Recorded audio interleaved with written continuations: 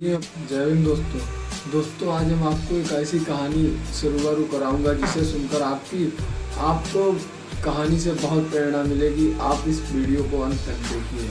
इस वीडियो में जो मैं बात कहने वाला हूँ वो बहुत आपकी ज़िंदगी में बहुत आगे आपको अपनी ज़िंदगी में भी उतारनी होगी और आपको बहुत आगे लेकर जाएगी। आप सुनिए। तो मैं सीधे कहानी पे चलता हूँ, ना देर ना करते हुए।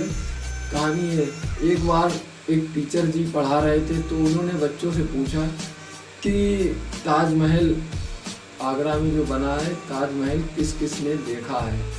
कुछ बच्चों ने कहा कि हमने सर टीवी पे देखा है, किसी ने कहा हमने सर न्यूज़पेपर में देखा है, किसी ने कहा हमने सर जाके मामा के यहाँ नानी के साथ में जाके देखा है।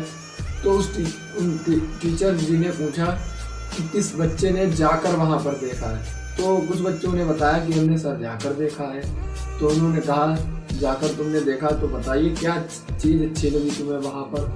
तो किसी बच्चे ने बताया कि हमें वहाँ का गेट अच्छा लगा, वहाँ मतलब ऊपर जो गुम्बद टाइप का है मंदिर की तरह वो अच्छा। किसी ने कहा कि उस टाइम में ना पैमाना ना कुछ भी ऐसा यंत्र नहीं था जिससे कि हम बिल्कुल नाप सकें या कुछ भी। 4000 साल पहले की बात थी और अब हम मतलब स्केल रखकर सही से गुलाई काटते हैं। मंदिर के ऊपर जो गुम्बद बनवाते हैं उनमें ना किसी स्केल की ज़रूरत है और आज इतना अच्छा बिल्कुल गोल मटोल रखा हुआ अच्छा लग रहा है।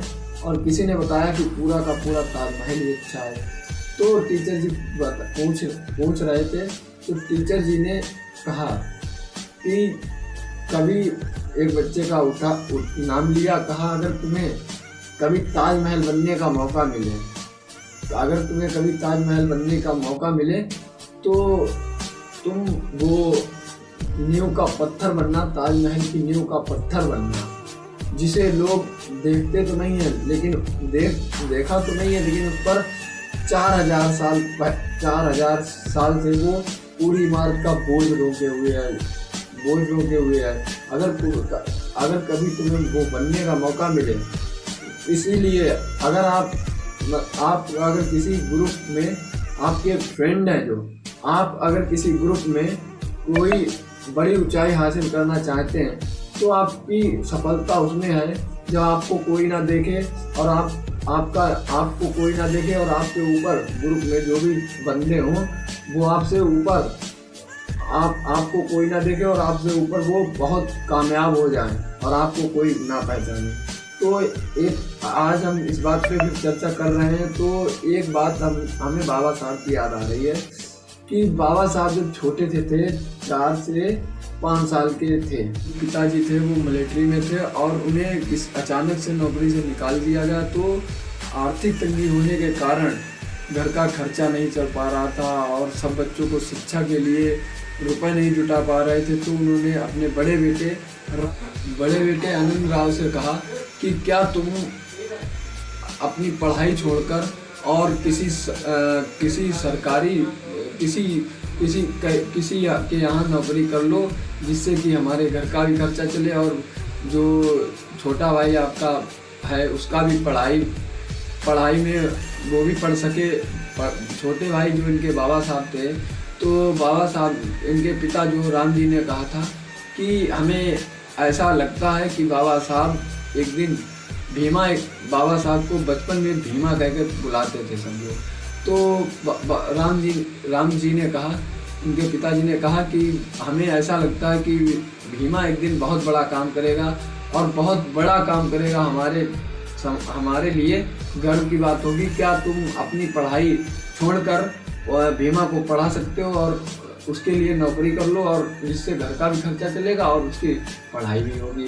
तो जो उनके बड़े भाई थे आनंद राव, उन्होंने एक बात कही कि पिताजी अगर हमें किसी बहुत बड़ी इमारत की नींव होने का मौका मिल रहा है तो मैं इससे बड़ा मेरे लिए और कुछ नहीं हो सकता। तो उन्होंने अपनी पढ़ाई छोड़कर और नौकरी करने लगे, जिससे आधा पैसा जो आता था आधा घर को देते थे जिससे घर का खर्चा चलता था और आधा पैसा जो बाबा साहब की पढ़ाई में देते थे। जैसे जैसे बाबा साहब बड़े होते गए सायाजी महाराज ने स्कॉलरशिप देनी शुरू कर दी। और स्कॉलरशिप में एक एग्रीमेंट था कि बाबा साहब से ये एग्रीमेंट किया था कि आप अपनी उच्च शिक्षा प्राप्त करने के बाद बड़ौदा में आप नौकरी करेंगे। बाबा साहब अपनी पूरी पढ़ाई पूरी करने के बाद जब भारत लौटे तो उन्होंने बड़ौदा के लिए तैयार हुई नौकरी के लिए। तो उनके पिताजी ने कहा कि भीमा, आपको इस समाज के लिए सहयोग आंदोलन करना है। तो उनके पिताजी ने कहा तो बाबा साहब ने कहा कि पिताजी, मैं ये आंदोलन नहीं कर सकता, क्योंकि मुझे जो स्कॉलरशिप मिली है, जो मैं यहाँ तक पढ़कर आ पाया हूँ, मैं नौकरी करने के लिए मुझे दी गई थी कि मैं बड़ौदा में नौकरी करूं। इसीलिए उन्होंने कहा कि नहीं, तुम वहाँ मत जाओ, क्योंकि अगर तुम वहाँ चले गए तो ये समाज हमारा ऐसे ही रह जाएगा। तो बाबा साहब ने उनकी बात नहीं मानी। बाबा साहब ने कहा अगर हम वहाँ नहीं जाते तो हम पर कार्रवाई होगी और हमें गिरफ्तार भी किया जा सकता है और हमें वहाँ जाना होगा, क्योंकि मैंने ये वचन दिया है। बाबा साहब ने लड़ झगड़ के वहाँ चले गए और जो उनके बड़े भाई थे आनंद राव, उन्होंने कहा कि मैंने इसलिए पैसे नहीं लगाए थे कि तुम नौकरी करो, मैंने इसलिए पैसे लगाए थे क्योंकि तुम हमारे समाज को ऊंचाई पर लेके जा सको। इसीलिए वो किसी की बात नहीं मान के बड़ौदा में चले गए। बड़ौदा में जब उन्होंने नौकरी करने के बाद जब वो वहाँ का चपरासी भी उन्हें फाइलें फेंक के देता था, पीने का पानी भी उन्हें मटका छूने को नहीं मिलता था, बहुत परेशानियाँ थी। कि वो इतनी बड़ी पोस्ट पर जाने के बावजूद भी उनका छुआछूत पीछा नहीं छोड़ रही थी। वो इससे परेशान होकर फिर वापस चले आए। फिर उन्होंने सहयोग आंदोलन शुरू किया और पिताजी की बात मानी। और फिर उसके बाद से जब तक उनकी अंतिम सांस